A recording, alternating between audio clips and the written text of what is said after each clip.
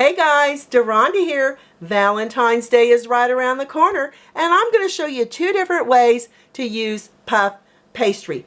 Don't let this intimidate you. You can purchase your puff pastry in the frozen food section of your supermarket. Let it thaw in the refrigerator overnight the day you're planning to use it. The first puff pastry I'm making with 8 ounces of dark chocolate. If you'd like to substitute this for semi-sweet chocolate, milk chocolate, or white chocolate, you be my guest. For the second puff pastry, I'm using 8 ounces of cream cheese and 2 tablespoons jam. And you can substitute this with a fig jam, a plum jam, or whatever else you can think of. Using this egg for an egg wash on the top of our pastry before we bake it. As you can see, there's 2 puff pastry sheets. Let's set this off to the side because I'm going to make the chocolate one first. We'll set one of these off to the side. At this point, you want your oven preheated to 400 degrees Fahrenheit. They've got layers of paper in between so it won't stick together. Add your puff pastry here to a piece of parchment paper.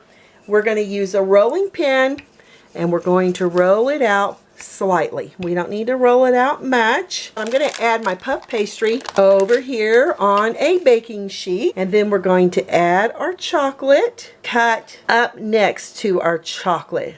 This is going to be our braids, and I'll show you how to unfold them here in a little bit. Make sure you cut all the way over to the end because you don't want them sticking together.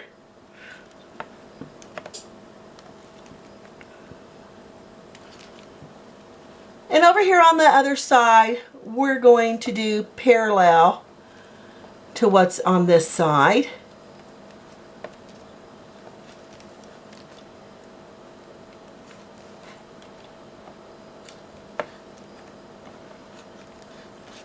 Perfect. To begin your braid, pull up your pastry on the left side, the right side, left side, the right side, until we get all the way to the bottom. This is going to be so delicious. Yes, so easy to make, and everyone absolutely loves it. It's the first dessert that's gone while you're entertaining.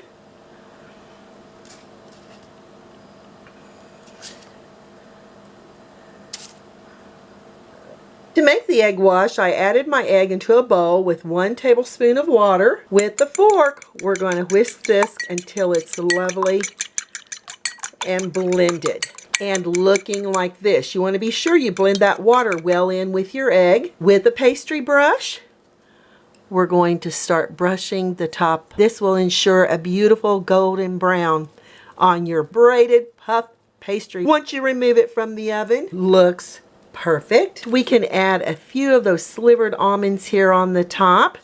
Not necessary, but I love the presentation it gives and the lovely little crunch it gives along with your puff pastry when you bite into that chocolate. Off to the oven on the middle rack for the next 25 to 30 minutes or until golden in color. Use your timer and no peeking. For the second puff pastry, I've got down parchment paper. I'm going to unfold our phyllo dough. Just make sure you remove that paper. With the rolling pin, we're just going to roll it out slightly. We're going to apply that apricot jam.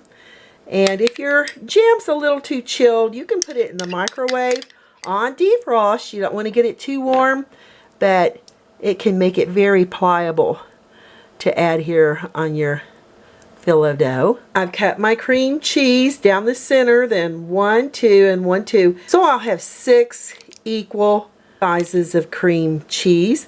If it starts melting on you, you can put it in the freezer for about 5 minutes. That looks perfect. For this one, I love adding the almonds on the inside. But if you want to leave them out altogether, you be my guest. Back with that knife. We're going to start in the center. Start on the sides. You can go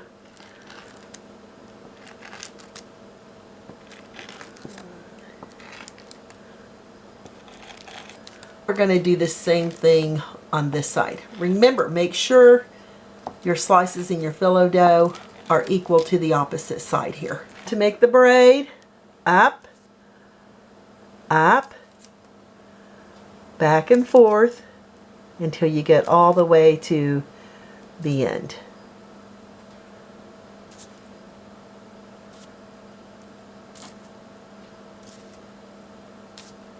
Back with that egg wash to make it lovely and golden brown while it's baking. We're going to also bake this in that 400-degree Fahrenheit oven for the next 25 to 30 minutes. Here's our chocolate puff pastry. I'm going to let it cool down here on its cooling rack for 5 minutes, and then we're going to transport it over here to its cooling rack. And I just love the braids in our puff pastry, and I love how the almonds are golden and brown. It's going to be fabulous, and everybody's going to think you spent hours in your kitchen making it. Do the same with your apricot and cheese filling one. 5 minutes cool down here on its baking sheet, then transport over here to a cooling rack. Use that serrated knife. Oh, yum. This one is still really super warm. And looky here on the inside.